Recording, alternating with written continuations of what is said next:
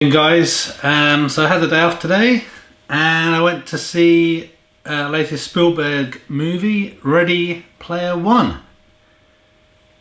And I thought I'd just share my thoughts. So I don't know if any of you are familiar with the movie, perhaps you've seen it yourself. Really interested to get your feedback and comments below. So I've first read the Ready Player One book just about a year and a half ago. A colleague at work recommended it. Cheers, Josh. And I really enjoyed the book. So if you don't know anything about the story, if you're into the 80s and you like retro stuff, so we're talking about Back to the Future, Iron Giant, all some of the great retro music and stuff from the 80s.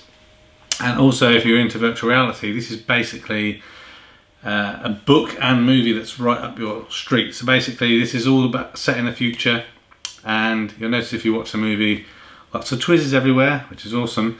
But the future is just this dystopian world. It's not very enjoyable, but this guy invented a virtual reality construct called the Oasis. And that's basically where people go to escape and live their lives, and that's where they go to school, that's where they do their work. It's potentially something that, depending on your mindset, could be something that happens in the future, and perhaps that's the sort of thing you're up for or not. So I read the book. I should say actually listened to the book, because I prefer to listen on Audible. Listened to it a few times now. Really enjoy the story.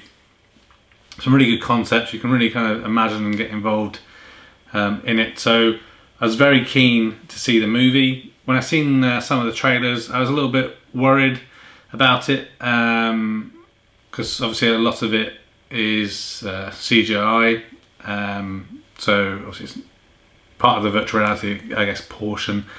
But I went to the movie today and it was pretty good. I think if you've not read the book,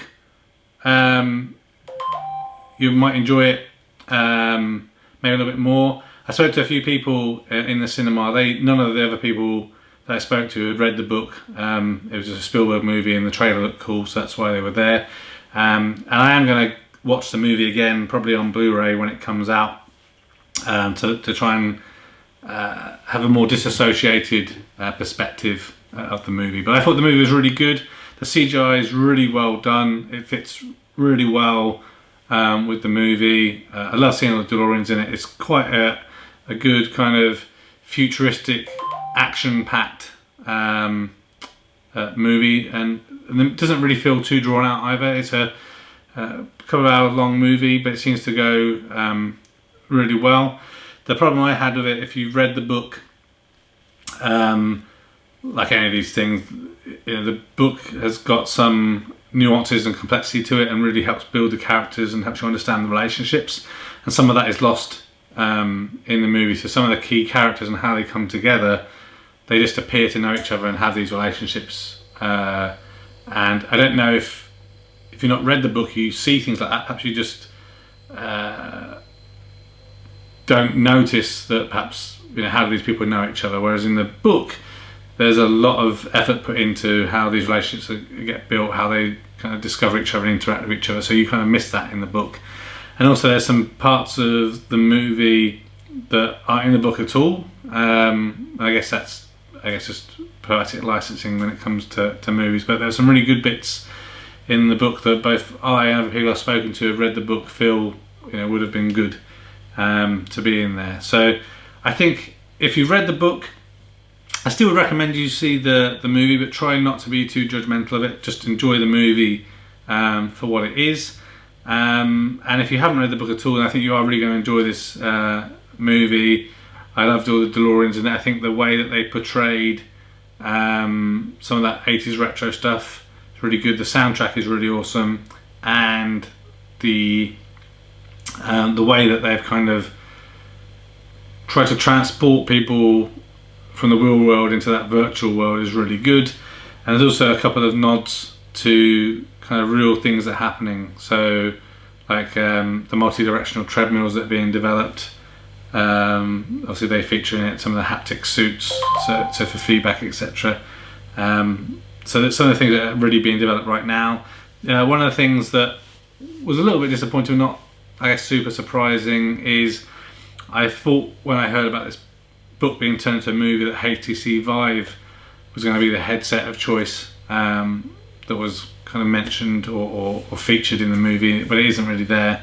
It's a much more futuristic headset, which I guess is where we hope to be, in years to come. So a little bit of I just thought I'd just share with you my thoughts on that. So if you've seen the movie or read the book, really interested to know your thoughts and comments down below. There's plenty of other YouTubers that do proper movie reviews, just kind of sharing something with you in more of a daily vloggy type style.